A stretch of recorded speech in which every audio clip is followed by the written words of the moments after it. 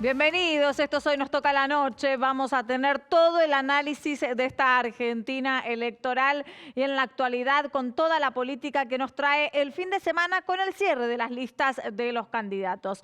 Empieza la semana y uno empieza a pensar también cuál es el análisis que se hizo la semana pasada. En este mismo espacio estuvimos hablando de las primarias abiertas y obligatorias que no se cumplían en el ámbito político y que en realidad la ciudadanía no entendía bien el fin que tenían las PASO. Hoy también nos volvemos a preguntar sobre esas primarias abiertas y obligatorias en las que después de ese análisis el gobierno también salió a informar el costo que tenían y precisamente dar el número de 4.500 millones de pesos, que es lo que le salía al Estado, lo que le sale al Estado las PASO. Después ya hoy se trató el tema en una reunión de gabinete e incluso hay 3 legisladores de Cambiemos que quieren impulsar una ley para suspender las PASO en aquellas categorías donde no hay PASO. Lo cierto es que los políticos no cumplen con las primarias abiertas y obligatorias. Ya en las alianzas presentan fórmulas cerradas y por lo tanto no se presentan a internas.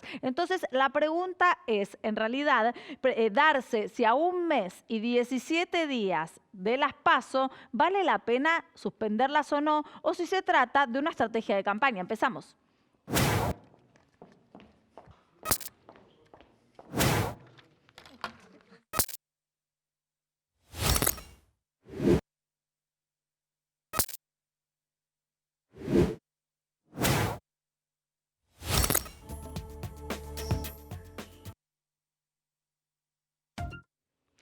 Fin de semana caliente con el cierre de las listas y todos muy ocupados de los resultados. Giselle, buenas noches. Sí, buenas noches, Diana. ¿Cómo les va a todos? Bueno, sí, por supuesto. Como siempre pasa en cada año electoral en que se negocian las listas, hubo traiciones, hubo heridos. No tanta sorpresa, pues las habíamos tenido al principio, no tanto en el cierre. Y también hubo 2 tendencias que habría que prestar atención por lo que podría pasar a futuro, y que tienen que ver con los 2 líderes políticos de este momento, que son Cristina Kirchner y Mauricio Macri. ¿Por qué? Porque tanto la expresidenta Cristina Kirchner como Mauricio Macri habían mostrado cierta apertura con la designación de sus respectivos candidatos, ¿no? Cristina había mostrado una apertura hacia la moderación cuando decidió que Alberto Fernández iba a ser el candidato a presidente, y Mauricio Macri también, ¿no?, en una jugada de respuesta, en una jugada de espejo, intentó demostrar que salía del purismo del PRO y que abría el juego a la política con la incorporación de Miguel Ángel Pichetto como candidato a vicepresidente. Pero al momento de la verdad... Pero al momento de agarrar la lapicera, los 2 volvieron a mostrarse como son, volvieron a sus estrategias ortodoxas, ¿no? Digamos, a mostrar su verdadera cara. Porque, a ver, ¿qué hizo cada uno en un resumen? Fíjate qué hizo Cristina. Cristina agarró la lapicera junto con Máximo Kirchner y fue la que decidió las listas de todo el país. En eso Alberto Fernández quedó bastante desdibujado. Una de las cosas que hizo fue asegurarse los candidatos a senadores leales de cada provincia, que serían los que entran, ¿no? Y Cristina tiene un bloque de 9 senadores hoy en la Cámara Alta, hoy. Entre los que renuevan, se van y los que pueden entrar en función de la intención de voto que tiene ya hoy, podría llegar a tener un bloque de 24 senadores. O sea, de 9 senadores a podría 24 pasar a 24, senadores. Que serían todos fieles, porque es gente de la Cámpora, gente de su fidelidad. ¿Para qué? Obviamente para blindarse, ¿no? Porque ella tiene los fueros, con Pichetto, que era el garante siempre de no desaforar, ahora del otro lado, ella así se asegura que va a poder seguir manteniendo los fueros y no va a ser desaforada con todas las causas que tiene. La lista de la provincia de Buenos Aires, es verdad, hubo 6 lugares para la Cámpora, no para Massa, que quería 6, que tuvo 3, uno de los perdedores, Massa, ¿no? Sí. Tampoco tuvo la intendencia para Malena en sus pagos, en el Tigre, quedó Julio Zamora, los intendentes también de la provincia de Buenos Aires, que tuvieron un solo lugar en la lista en la provincia, bastante heridos. ¿Y qué pasó con la lapicera? ¿Qué pasó con la lapicera? De Juntos por el Cambio. Claro, bueno, lo que pasó también fue que cuando se designa Pichetto se dice, bueno, se abrió el juego a la política, sale perdiendo el jefe de gabinete Marcos Peña. La realidad es que Marcos Peña se fortaleció y los que salieron, en este caso en la negociación perjudicados, fue justamente la política, como el ministro Frigerio, Emilio Monzó Incluso el propio Pichetto, Eso, y porque el no propio tuvieron Pichetto. casi nada a la hora de repartir las listas. Monzó pudo colocar a 2 diputados, no participó de la negociación, y Pichetto también, apenas 2, Claudia Rucci, que va en una lista provincial en el Senado, en la provincia de Buenos Aires, y a Lucila Krexler en Neuquén, que va de candidata a senadora. Pero el grupo es histórico peronista que fomentaba él desde hace un año, parece que está rompiendo. Ahora, Con lo Gise, cual, entonces en esto ya hoy como como parte del folclore político de la Argentina, tanto Alberto Fernández como Miguel Ángel Pichetto ya hoy se encargaron de suavizar esas sí, situaciones y de decir que por no, que ellos supuesto. estuvieron al tanto, que están de acuerdo con el armado de las listas y demás. Claro, pero la ¿Cómo incógnita, venimos? claro, porque la incógnita es, ¿qué va a pasar hacia adelante? Si Cristina mostró moderación, dijo que se corrió, pero la que mandó fue ella a la hora de decidir las listas. ¿Quién va a armar, en el caso de ganar el Frente de Todos, el gobierno o el gabinete? Alberto ya se lo aclararon hoy en la radio, como vos decías, no, lo voy a armar yo. Siempre que gana un presidente peronista, siempre detenta el poder. No hay un chirolita. El chirolita de Duhalde de Kirchner ni siquiera pasó cuando tenía 23%. Sí, porque Néstor es Kirchner. como la naturaleza peronista. Lo que hacen es detentar todo el poder e incluso deglutirse a los líderes en vida, como hizo Kirchner con Duhalde, ¿no? Sí, o, le armando el o le kirchnerismo. ganan en las elecciones o los neutralizan. En este caso la pregunta es, Cristina tiene los votos. Alberto no tiene ni un solo voto, supongo que el del hijo y el de la novia, pero digo, propios quiero decir, no tiene Sí, sí, votos sí, sí, propios. sí. Entonces, es una incógnita, ¿qué pasaría ahí con Cristina? ¿No? ¿Será moderada y lo dejará gobernar? Y la otra pregunta, en el caso de si gana Cambiemos, también es igual. ¿Se abrirá el gabinete al peronismo, a los socios radicales? A esas personas que le puede traer Pichetto, Claro, ¿no? o va a seguir Marcos Peña siendo el jefe de gabinete y lo de Pichetto fue una fórmula, digamos, para ganar una elección. Bueno, Gise, hoy volvió a escena esta pregunta de las primarias abiertas y obligatorias. Incluso se tocó en la reunión de gabinete esta del mañana. día de Sí, hoy. porque el presidente quería saber si se podía suspender con un decreto las PASO, ¿no? Por este tema que tiene Macri, esta obsesión que tiene desde hace tiempo por la plata que se gasta, ¿no? Desde siempre, desde que es jefe de gobierno porteño. Le explicaron que no, que eso se tiene que hacer con una ley, y todo lo que es reforma electoral es por ley y con mayorías especiales. Sale Cornejo después, Alfredo Cornejo, todavía gobernador de Mendoza, que justamente el que pedía internas entre Macri y algún radical, salió a decir que habría que suspender las PASO porque es mucha plata, 4 millones, como dijiste, Atención, 300.000. 4.500 millones de pesos. 4.500, Y aclaremos no, que la 4 millones. suspensión serían las categorías donde no hay internas. Claro, Que no hay entonces internas porque ellos no quisieron. Salió a decir eso. Y después a la tarde, diputados de su entorno, Gabriela, ahora no me acuerdo el nombre, pero también está Suárez Lastra, está, ya te digo los nombres, está también, ahora te lo digo, salieron a presentar un proyecto para suspender las PASO en los distritos en donde hay listas de unidad. Es decir, las presidenciales y después en aquellos distritos donde no hay. El problema es que hay 18 provincias más la Ciudad de Buenos Aires en donde va a haber internas legislativas,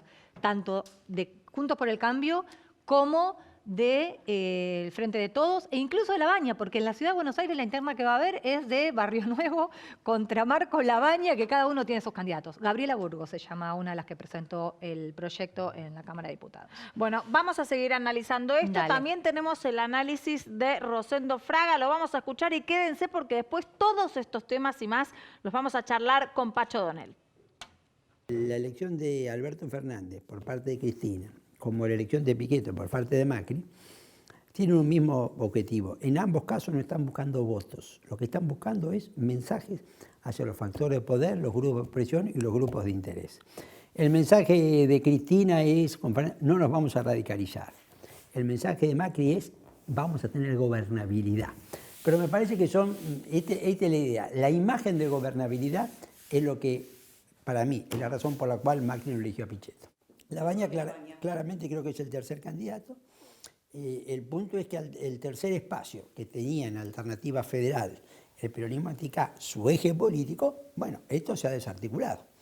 Y en consecuencia me parece que en las PASO no vamos a una polarización absoluta, pero vamos a una polarización atenuada. Lo que más ha hecho es una apuesta. Yo creo que más ha tomado este camino porque cree que Fernández gana. Esa es la razón por la cual ha tomado este camino, ¿no es cierto? No porque a lo mejor haya una gran afinidad ideológica ni política. Y como corresponde primero, para seguir antes del análisis, voy a saludar y darle las buenas noches a mi compañero Nicolás Luca. ¿Cómo estás? ¿Cómo estás, Y ya Diana? se los Buenas noches. anticipé. Está con nosotros Pacho O'Donnell, que es una entidad en sí misma. No se puede decir nada más que es escritor, porque es escritor, es historiador, es político. Médico. Ahora es un Instagramer, ¿no? Una persona de las redes sociales. Realmente es un placer poder tener todo el bagaje cultural que nos da. Y además nos trajo un regalito. Acá dice 1815, la primera declaración de independencia argentina. Ya cuando estemos cerrando todo el análisis nos va a contar también un poquitito del libro. Después de toda esta introducción, los saludo. Buenas noches. Buenas noches. Bueno, estábamos Gracias. dando un repaso de lo que es la actualidad electoral de Argentina. Con el cierre de la lista de candidatos, con pocas sorpresas, ya veníamos avisorando un poco qué era lo que iba a suceder, pero con estas tendencias marcadas que hacíamos en el análisis de mostrar apertura, pero al momento de la lapicera, un poco cada uno eligió su propio terreno. ¿Cómo lo analiza usted? A mí me gustaría hablar de lo que no está, ¿Y qué no está? de lo que no fue. Por ejemplo, declarar, mostrar, o por lo menos lo que yo pienso es que la política va por un lado y la gente y la realidad por otro, ¿no? Por ejemplo, si le preguntamos a los políticos de distintos frentes, partidos, sobre la importancia de la educación, todos van a estar absolutamente de acuerdo que es muy importante. Ahora, no hay un solo persona en las listas que sea una especialista en educación. Me parece bastante igual que cualquier otro tema importante, ¿no? Uno dirá, bueno, en todo caso podrá estar en los asesores. Ahora, un desafío periodístico, yo he sido senador nacional, entre muchas de las cosas que he sido. Y yo podría decir que también el elenco de asesores, que a veces son 30, 40 asesores, son en realidad para constituir el aparato político del legislador, senador, diputado, lo que sea.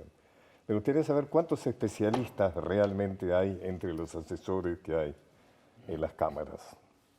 Eso me parece bastante importante. Otra cosa que faltó, bueno, por supuesto, es un tema mío. Me parece que todo fue muy burdo de la clase política actual, que me disculpen, pero es muy ignorante, ¿no? O sea, realmente no ha habido debates Bueno, pero serios, no aparecieron enjundiosos. todavía ni los proyectos, ni las ideas, ni las Nada, soluciones. nada. Ninguna referencia a la cultura, por ejemplo, cosa que tiene que ver con lo que a mí me gusta, lo que a mí me apasiona. Ninguna referencia a la cultura, ¿no? Es como algo... Inclusive hasta se ha perdido la costumbre de las citas. Ustedes se acuerdan que antes siempre aparecía alguna cita mal traída, extrapolada de Ortega, C, ¿no es cierto? ¿No? Se ha perdido hasta el hábito de las citas. Yo creo que eso evidentemente demuestra que el saber poco tiene que ver con la política hoy, ¿no? No es un fenómeno de acumulación política, la cultura, el saber, el entender, no es algo que esté dentro de la política, es algo que no se considera un elemento ¿Y político. a qué lo atribuimos? A mí me parece bastante serio, eso me parece importante. Ahora, ¿no es un signo de época también que ahora dice, no, se gana con las técnicas, se gana con los consejos, se gana con el focus group, se gana con las encuestas, se gana yéndole a preguntar a la gente qué es lo que quiere? A mí me suena a demagogia esa última parte, pero ¿no es un signo de época que ya la cultura y no cuenta tanto ir como estadista por el bronce, sino para garantizar la elección? ¿Y soy buen político si gano elecciones nada más? Sí, por supuesto, que creo que eso forma parte de cierto deterioro intelectual, ¿no es cierto? También hay un deterioro moral. Hemos asistido a un espectáculo, en mi criterio, degradante, ¿no es cierto? De los cambios. Se puede estar en cualquier partido, se puede estar en cualquier lista.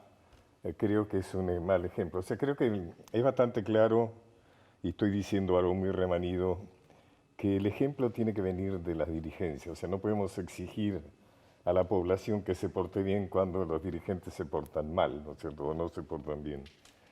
Yo creo que eso me parece... Después algo más es que en la Argentina no se está hablando de lo que habla el mundo. O sea, me pregunto, ¿estamos preparados para un mundo con la inteligencia artificial, por ejemplo? Es un tema de conversación, un tema de debate. Sí, hay gente muy capaz en la esfera De la ciencia. privada, digamos, pero lo que hacemos es disminuir el presupuesto de los científicos. Bueno, creo que el Frente de Todos tiene a Dora Barrancos en su lista también que Exacto, presenta, una que bueno, ahí senadora ya hay en un Capital. referente más de la ciencia. Una excelente persona, bueno, que bueno, es cierto, bueno, que haya alguien estará bueno.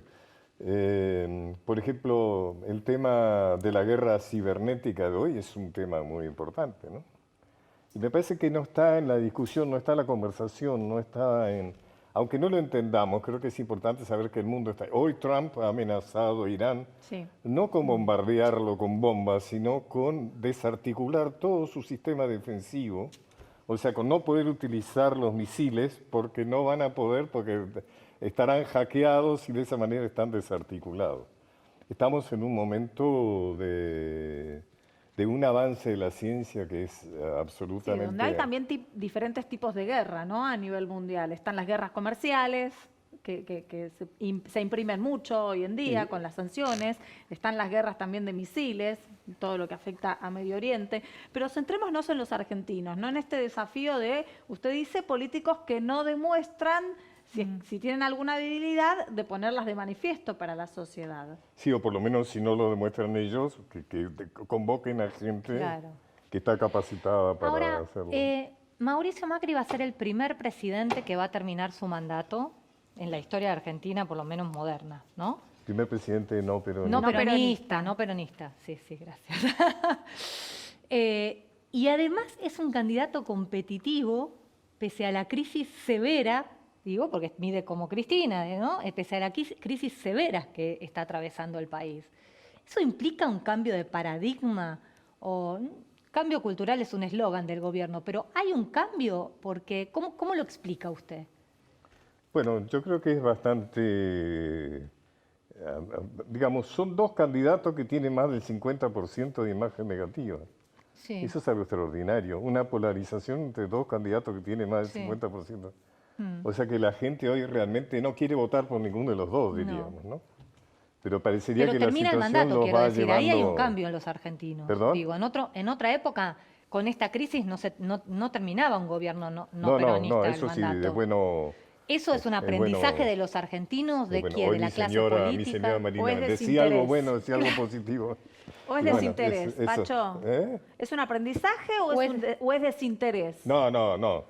Yo creo que hemos aprendido a que la democracia es un mal sistema, pero es el mejor de todo, ¿no? ¿Un mal Claro. sistema? Bueno, es un sistema Imperfecto. imperfecto, diríamos, ¿no?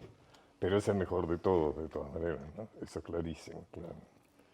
Sí, yo creo que por lo menos eso lo hemos aprendido, que los golpes militares y que las dictaduras nos empeoran la situación, ¿no? Realmente no son una solución. Eso es algo bueno, eso es algo bueno.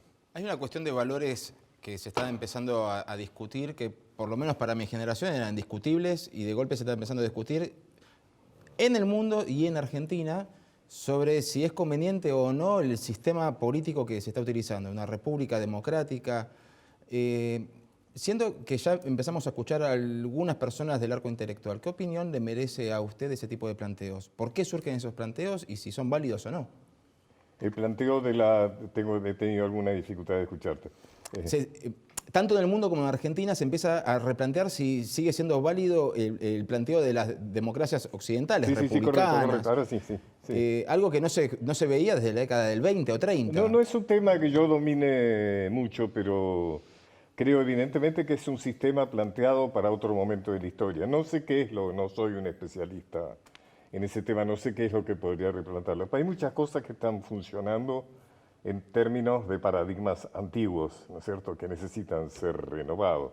Inclusive el cambio es tan veloz, ¿no es cierto?, los cambios, las modificaciones, la transformación Ese es un tema que a mí me interesa particularmente. O sea, ¿cómo hacemos para ir a la par del cambio? A mí siempre, yo me acuerdo mucho cuando en el 90 y tantos, ¿se acuerdan? La computadora, la Deep Blue, le ganó a Kasparov, que era el campeón mundial de ajedrez.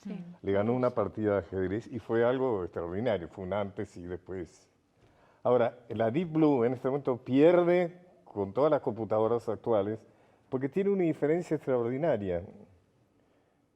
La Deep Blue jugaba en base a la enorme cantidad de datos que tenía incorporado. O sea, cuando el contrario jugaba, tenía todas las jugadas posibles ya. Las computadoras actualmente le ganan a la Deep Blue porque aprenden a jugar. No tienen necesidad de tener los datos cargados. Saben jugar, aprenden a jugar. Pero tenemos dos realidades. Un mundo que científicamente avanza a velocidades extraordinarias y por otro lado, algunos sectores que plantean que necesitamos nuevos contratos sociales o nuevas constituciones o disolver el Poder Judicial, que por ahí son planteos que eran de otra época. Sí, claro, sí. Y además es un discurso social contaminado del elix de tasas, del precio del dólar. Parecería que solamente sabemos o podemos hablar de esas cosas. Es grave, es grave. Y aparecen ese tipo de posiciones, de posturas, que están hablando de algo que ya no está, ¿no es cierto? Que por ejemplo, el tema actual muy importante es el del 5G, ¿no es cierto? De la quinta generación de Internet, que es un tema clave. O sea, no tengo idea de qué es lo que va a ser. Hay alguna decisión oficial en términos de, para decir es ya el avance de Internet hacia una velocidad y a una instantaneidad extraordinaria, 100 veces superior al G4, que es el actual tenemos. Vamos a volver de vuelta a lo concreto de la política Dale, argentina, ¿no? Para vamos pensar también un poco con lo que tenemos, ¿no? Porque en definitiva vamos a tener que ir a las elecciones con lo que hay. Y lo que hay son todos peronistas prácticamente. Incluso me animaría a decirle que ahí el extranjero sería Mauricio Macri. Sí, igual acá hay varios que se animaron a decir que Mauricio Macri también es peronista, pero bueno, eso ya es otro. Mauricio Macri se conforma una fórmula con Miguel Ángel Pichetto. ¿A usted políticamente le resultó una jugada positiva, negativa? ¿Cree como algunos del espacio peronista que Miguel Ángel Pichetto es un traidor? Alguien decía, ¿no? Cuando se va alguien de mi partido a otro, es un hijo de puta. Si alguien viene de otro partido al mío, es un converso, ¿no? Sí. Es una diferencia. Yo lo conozco a Pichetto, como uno dice, bueno, tengo respeto por él. Hace un rato lo dije, ¿no? A mí no me gustó de ninguno de los cambio de varios, ¿no? Donde bueno, todo más Alberto Fernández también. Claro, por eso ¿no? valoro, vamos a preguntarle por todos ahora. Por eso valoro bastante la actitud, por ejemplo, de Urtubey, ¿no es cierto?, de que de alguna manera se mantuvo. Ahora, pero usted hace poco, antes de todo el armado de las alianzas, había dicho que en realidad confiaba en la unión del peronismo. ¿Confiaba? ¿Confiaba usted en la unión del peronismo? Esa unión no se dio. No se dio, no. ¿Y por qué? ¿Qué primó? Quizá porque el peronismo es demasiado amplio. Pero ustedes hacían un análisis muy interesante, que en realidad han sido incorporaciones bastante falsas, porque a la larga, digamos, ¿cuál es el poder que se le dio a Pichetto, ¿no? O sea, ¿cuál realmente más allá de la imagen, digamos, de lo que significó como una ampliación, realmente no es tan claro qué es lo que ha podido cambiar Pichetto de lo que ya estaba y lo que iba a ser y lo que va a seguir diciendo. En el caso de Alberto Fernández también, ¿no? No es muy claro qué es lo que de cambio, qué significa la figura de Alberto Fernández. Más bien son cosas que evidentemente tienen que ver con algo que la sociedad esperaba y que por lo menos aparentar que se lo doy, ¿no? Sí. Que el peronismo esté hoy dividido en todas las listas. ¿Eso significa que sigue siendo un partido omnipresente en la Argentina o significa que ya no da para más el peronismo? ¿Cómo lo ven en el futuro? Yo creo que está en la base, en el ADN del peronismo, está el movimientismo. O sea, Perón nunca habló, o muy poco habló de partido peronista, él hablaba de movimiento peronista. O sea que siempre desde el principio Perón planteó un sector político con fronteras muy porosas.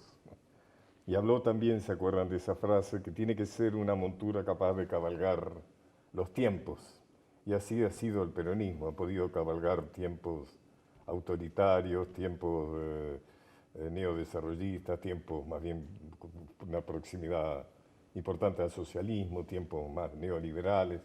O sea, el peronismo se ha ido... No, eso no sé si es una virtud o es un colega defecto, suyo, ¿no? Felipe Pigna, siempre dice que el peronismo tiene una capacidad de resucitar impresionante, que cuando uno cree que ya están directamente sin capacidad de poder volver a resurgir, tienen esa idea de reinventarse constantemente. Pero además sí está bien eso, pero además el peronismo tiene también en su ADN una extraordinaria vocación por el poder.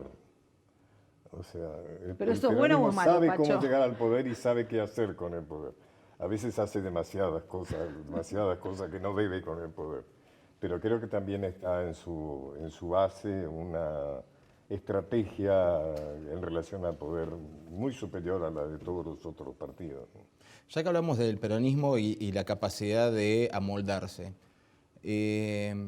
pasaron 46 años de la última vez 45 años de la última vez que habló Perón en público, de lo último que dijo Perón.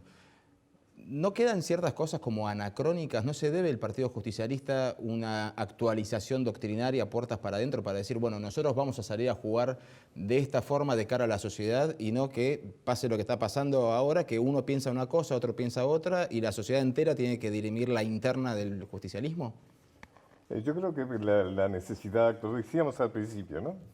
Que quizá parecía un poco descolgado en relación al tema de la actualidad, pero creo que en realidad la política argentina necesita actualizarse en su totalidad.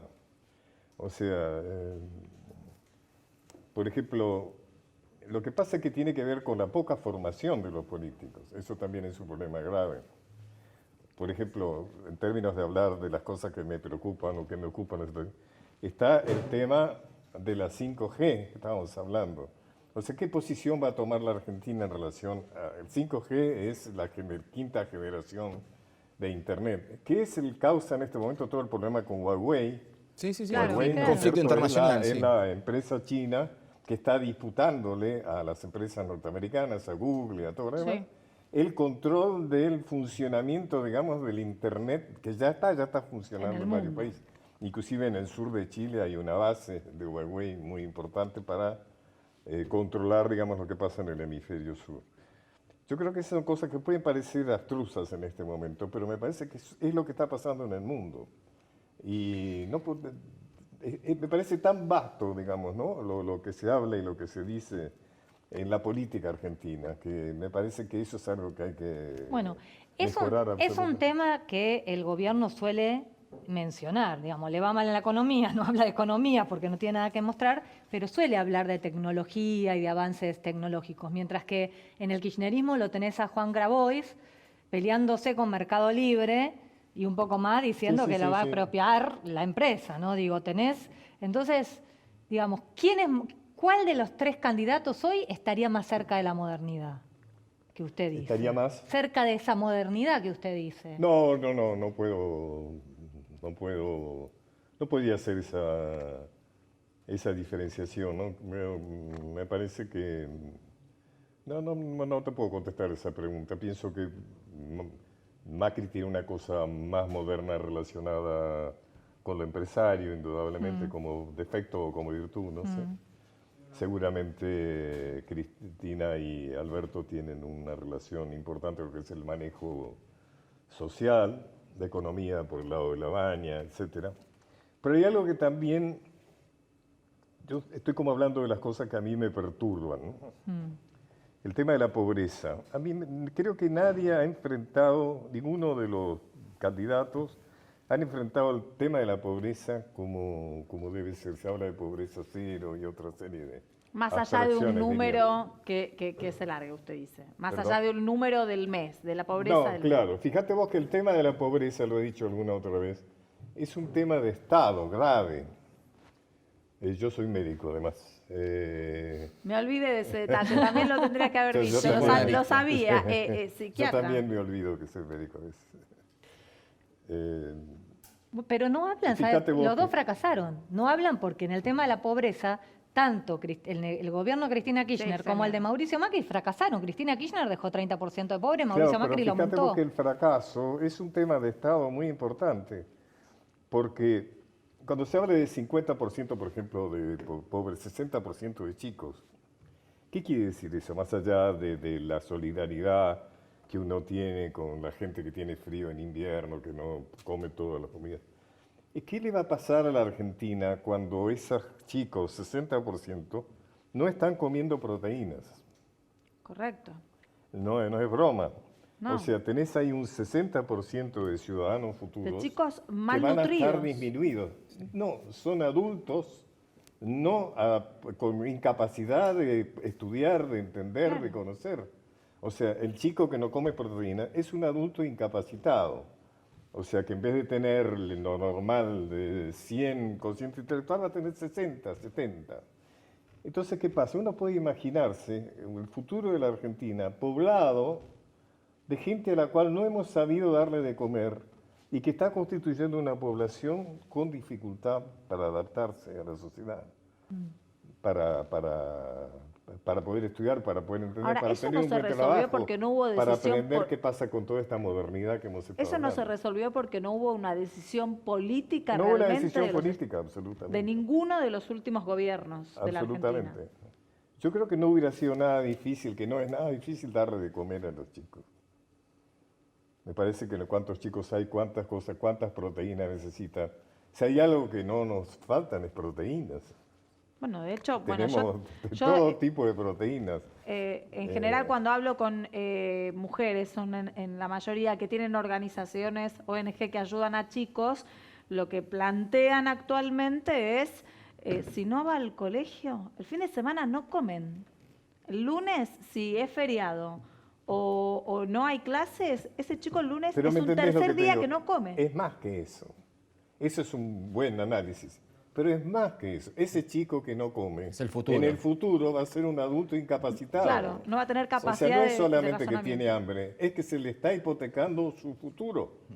No va a poder estudiar como realmente le gustaría, no va a poder el trabajo, no va a poder acceder a un tipo de trabajo. Bueno, hasta ahora los candidatos que tenemos no se ocuparon de la pobreza. no, para nada. ¿De No, qué otra bueno, cosa? retóricamente, ¿no? De- Qué lástima que hay pobres. ¿De, Sería de- una de especie qué otra cosa traducción. no se ocuparon? ¿Perdón? Actualmente los candidatos que tenemos no se ocuparon de No la se- pobreza. por lo ¿De menos qué no otra se cosa no ocuparon- se ocuparon? No se ocuparon seriamente, diríamos. Es como que lamentan la pobreza, qué Claro. lástima que hay pobre, qué barbaridad. La culpa es de él, ¿no? Porque siempre la culpa es del otro, ¿no? La culpa es del otro, no es mía, ¿no? Siempre es ello, ¿no? Durante el gobierno. La herencia de la herencia, y así seguimos, la herencia de la herencia de la Claro. herencia. Pero eso me parece un problema que hay que plantearlo permanentemente. O sea, debería haber formas de alimentar a los chicos, ¿no? Habría que ver realmente si van a los, por suerte que van a los comederos, habría que ver entonces, bueno, en esos comederos si están comiendo lo que tienen que comer. Claro. Realmente no lo sé, pero sospecho que no. Hace instantes usted dijo que hay un decaimiento en la cultura, o sea, como que ningún político le da la atención que merece la cultura, lo cual, bueno, trasladado a la realidad es, bueno, la Es cierto. cultura decae. ¿Le atribuye a los políticos en sí o a que hubo otras prioridades que tampoco fueron subsanadas, pero y la cultura quedó como un bien suntuoso, como la dejamos de lado porque tenemos otras prioridades? Porque coincido que la cultura actual queda muy lejos de lo que era hace 20 o 30 años atrás. Sí, sí, además han suspendido muchos programas, se ha bajado mucho la financiación de la cultura, o sea, hay un hecho real de una postergación, digamos, de la cultura. ¿Pero es prioritario? ¿Perdón? ¿Es prioritaria la cultura o se la puede dejar de lado momentáneamente? Yo, por supuesto, voy a decir que la cultura es prioritaria. O sea, el hecho de que, por ejemplo, hace 3 años se vendían 80 millones de libros, se publicaban 80, ahora son 40, es decir, la mitad. 40 millones de libros, ¿no? No de títulos, sino de libros. El hecho de que se publique la mitad de libros de antes no es broma, o sea, podemos decir que el libro ha sido superado por otras plataformas, Claro. pero el libro implica realmente la capacidad de imaginar, la capacidad de entender, la capacidad de crear, la posibilidad de saber, la posibilidad de estudiar. O sea, hay síntomas realmente en ese sentido muy graves. Además, la cultura argentina siempre tuvo un privilegio muy grande. O sea, fíjate que Francia, por ejemplo, atravesó las grandes críticas que atravesó, la crisis que atravesó, pero siempre puso por delante una imagen de un país cultural, un país que pensaba, un país que escribía, que abría sendas. O sea, la Argentina tiene la posibilidad de presentar una cara cultural, porque la tiene, porque lo es, pero que está totalmente desaprovechada, ¿no es cierto? Yo creo que la cultura siempre ha sido uno de los reservorios más ricos, digamos, de la Argentina, ¿no? Siempre lo sigue siendo a pesar de todo, ¿no? Pacho, tenemos que ir cerrando, nos quedaron un montón de preguntas seguramente en el tintero, pero dos rápido. Vos como político, ¿hay alguna de las tres fórmulas presidenciales como que mayoritariamente parecen tener porcentaje de votos que te convenza más? Mira, si yo tuviera que premiar la ética política, para mí es importante, me gusta Labaña Urtubey. Pero por una cuestión de que me parece, por ejemplo, a Urtubey Macri le ofreció la vicepresidencia y él no agarró. A mí me parece que esas cosas la sociedad hoy necesita reivindicarlas. No puede dejar indemne, impune ese espectáculo deplorable de que todos iban para cualquier lado, cualquier lugar era lo mismo. No, a mí me pareció un síntoma muy grave de descomposición social, lo que acaba de dar la política, ¿no? Y última también, bien cortito, que me quedó a mí demasiado en el tintero con tu experiencia en el peronismo. ¿Los camporistas, los jóvenes de la cámpora, son peronistas? Sí, son una forma del peronismo, absolutamente. Y son hábiles, son inteligentes, tienen un proyecto claro. Y ahora van a estar muy fuertes, ¿no? O sea, Claro. realmente han logrado constituir bloques, ¿no? No solo en diputados y senadores a nivel nacional, sino a nivel provincial y yo espero creer que eso sea bueno. O sea, me parece que... Yo creo que también Cristina, la Cámpora, todos han vivido toda esta experiencia de estos años, que yo creo que seguramente lo van a poder metabolizar positivamente, ¿no? Contanos un poquitito del libro, apenitas, ahí tenemos acá el libro de Pacho Donel. ¿Qué nos encontramos acá? El libro salió el año pasado, por eso te lo traje para regalárselos. Es un libro donde yo soy revisionista históricamente, ¿no es cierto? O sea, creo que la historia que nos cuentan, que nos enseñan, es una historia liberal que ha sido escrita arbitrariamente, con un sentido político de resaltar algunas cosas y ocultar otras. Entonces, aquellas cosas que han sido mérito del federalismo, como la vuelta obligado, tuvo que pasar tantos años para que finalmente se reivindicara una epopeya como esa, y eso también es una declaración de independencia que hacen las provincias artiguistas, las provincias litorales, es decir, la Banda Oriental, Entre Ríos, Corrientes, Santa Fe, Misiones, que se juntan en Concepción de Uruguay, en Entre Ríos, y refirma la idea de la independencia, porque en realidad las provincias federales consideraron que la independencia se dio con 25 de mayo de 1810, cosa que no fue aceptada por Buenos Aires. Y la prueba de que esto es así, además de que hay muchas otras pruebas, es que ninguna de estas provincias fue a Tucumán. Bueno, Ninguna vamos a leer el libro todos nosotros también, dale. ustedes lo pueden conseguir La en historia las librerías. verdadera argentina es fascinante. Qué hermoso. No la que nos contaron en el colegio. No, tampoco. Buenas noches y muchas gracias por No, estar aquí por favor, compartiendo me encanta, el me encanta. análisis. Vamos a un corte, enseguida regresamos.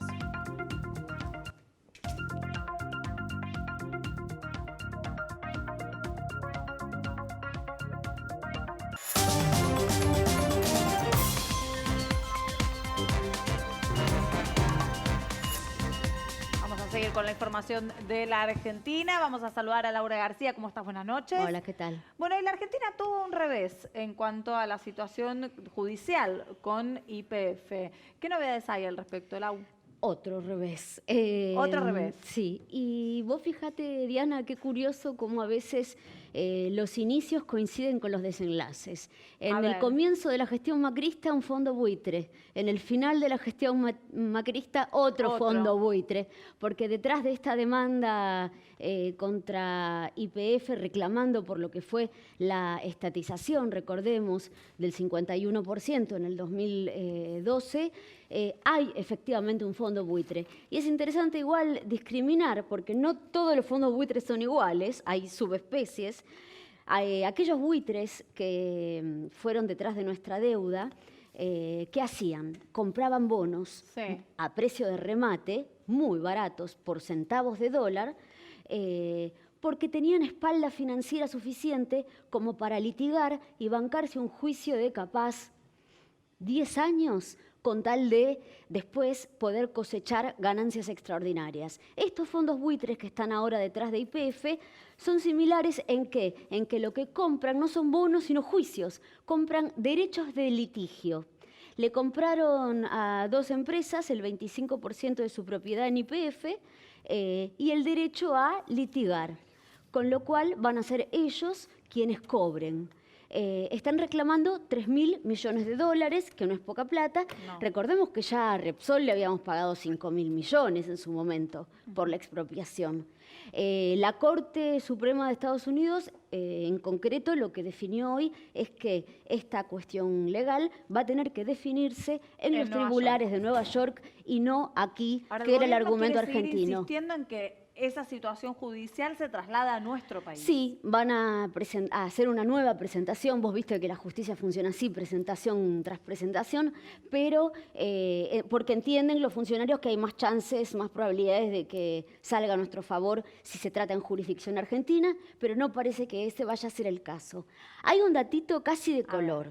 El mismo día que se conoce este revés judicial para YPF, o sea, hoy YPF anuncia que va a salir a colocar un bono. Y vos me dirás, bueno, ¿qué tiene? Bueno, primer bono que emite una empresa argentina en Wall Street en 14 meses. Hacía 14 meses que no poníamos un pie en la bolsa de Nueva York. Ajá. Así de cerrados estaban los mercados para nosotros. Más curioso todavía es que, a pesar de este revés que hizo subir al riesgo país, hizo una muy buena emisión YPF. Colocó un título 10 años a una tasa de 8,87%, bastante inferior de lo que hoy le pedirían a Macri, por ejemplo, si saliera a emitir, porque le pedirían 11, 12%. Muy cortito, ¿cuál es la explicación de esta aparente paradoja? Bueno, estas grandes operaciones financieras ya están preacordadas con los inversores institucionales. Está palabrado todo, con Goldman, con los grandes fondos de inversión. Ya se sabe, o sea, antes de que hoy se lance ya se sabía. Antes de que se hace la emisión ya se sabe quién va a poner, quién va a participar y con cuánto.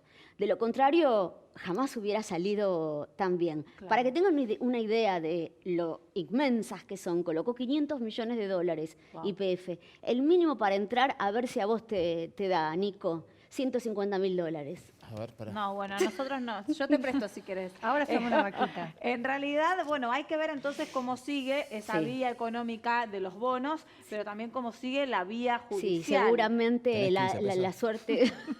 Capaz si hacemos una vaquita, ahora hacemos. Bueno, no sé, chicos, yo les presto si quieren. Difícilmente, si la vía legal vaya a volver a conseguir tasas tan buenas. Digo, si la vía legal no prospera, difícilmente esto vaya a repetirse. Fue algo bastante curioso del día de hoy. Bueno, vamos a seguir pendientes porque los números a nosotros no nos cierran, pero acá Laura por lo menos nos explica de qué se trata. Vamos a un corte y enseguida regresamos.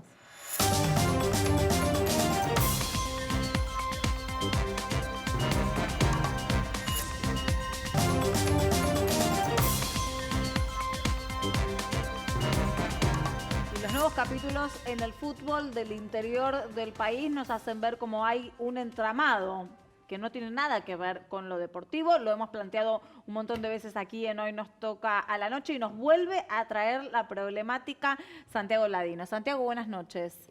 Buenas noches, Diana. Buenas noches, chicos. Sí, fue bochornoso la final para decidir el ascenso a la B Nacional entre San Jorge de Tucumán y Alvarado de Mar del Plata, luego de que el árbitro Adrián Franklin en el primer tiempo amonestara a 5 jugadores y expulsara a otros 2. En el segundo tiempo el equipo tucumano salió a la cancha y a los casi 5 minutos, a modo de protesta, hicieron una sentada. Ahí lo podemos ver en imágenes, cómo están los jugadores, bueno, prácticamente en desacuerdo total con lo que se vio, una ¿no? especie de huelga que una hicieron especie de en huelga, medio del partido. Una especie de huelga, por supuesto. Bueno, luego de ver esto, automáticamente el juego se interrumpe, se quedaron un rato y se retiraron. Después, bueno, esto automáticamente sería como abandono, le da el ascenso a Alvarado. Igualmente el Consejo Federal va a ser el encargado de rever esta situación, pero seguramente van a finalizar con el ascenso a la B Nacional de Alvarado. Y ya a todo esto, San Jorge se desafilió. No solo fue a modo de protesta hasta sentada, sino que directamente se desafilió del torneo de AFA. O sea, no van a competir más. Eso es algo grave y es drástica la decisión que tomó el equipo tucumano. Igualmente ya en este mismo año, en este mismo campeonato, el ascenso venía evidenciando situaciones muy raras, ¿no? Denuncias de arreglos, situaciones polémicas. De hecho, el otro ascendido, que es Estudiantes de Río Cuarto, también en el transcurso, en ese camino hacia el ascenso, fue centro de dudas y centro de críticas, porque hasta un propio jugador que se llama Juan Tejera había anunciado vía mensaje de texto que se filtró ¿Quién iba a ser el ganador? que ya estaba todo arreglado, que ellos ya estaban ascendidos. De hecho, hasta cuando firmó el contrato, su presidente se lo había dicho. Entonces, todo este mundo del ascenso tan poco visible, tan oscuro, ¿a quiénes le conviene?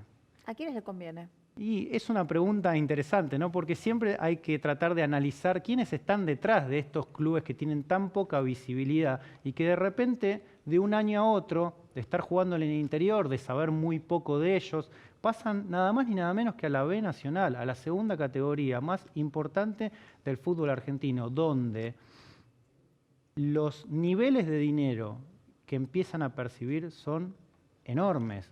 Empieza a manejar otro tipo de mercado los futbolistas que contratan y que venden a su vez, la televisación, la estática, la publicidad. Pero ¿qué sucede? Detrás de todos estos equipos que aparentemente no tienen tanto nombre, tanta visibilidad, no son tan conocidos y que están tan lejos del alcance de todos, porque hay partidos que directamente no se pueden televisar ¿Pero por qué? para no transmitir lo que sucede ahí, porque es terrible. Eso es turbio de base. Turbio de base. Hay gente muy importante que está encima de estos clubes, que son dirigentes, ¿Políticos? políticos, ¿Sindicatos? Empresarios. De hecho, uno de los equipos en cuestión, que es Alvarado de Mar del Plata, el que estamos hablando, que acaba de ascender, el expresidente es Facundo Moyano.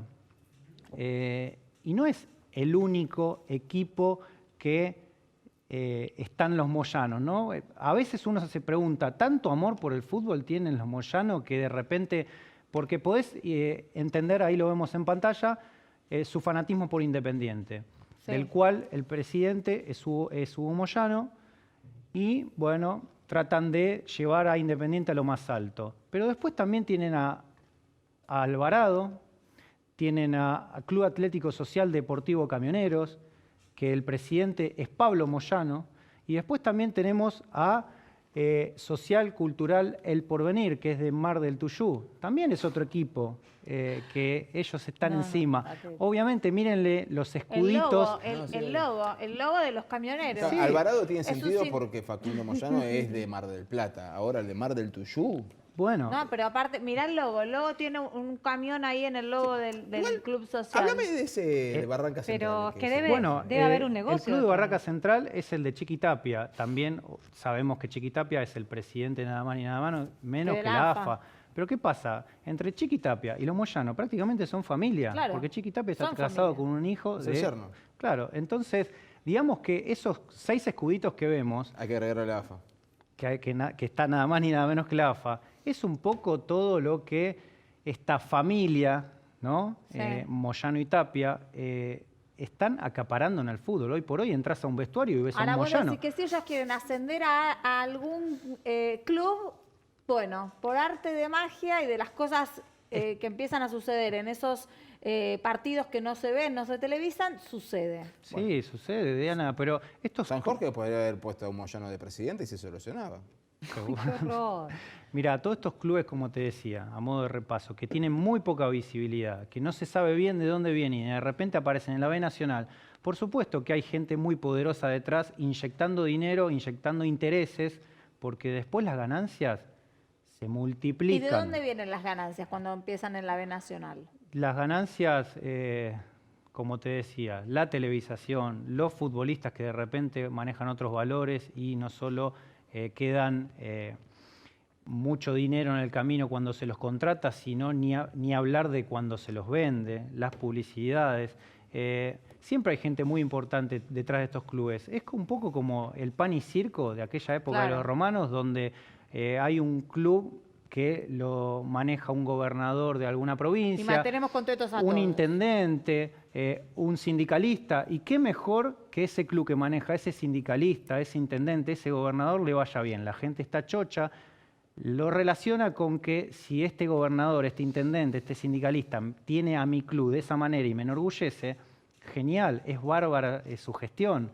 Estamos felices con él porque me acaba de llevar a mi club a lo más alto. Pero en el mientras tanto, estos personajes tan poderosos hacen muchísimos negocios. Por un lado, la gente se ve contenta porque crece su club y por otro lado, ellos a nivel dirigencial crece su economía.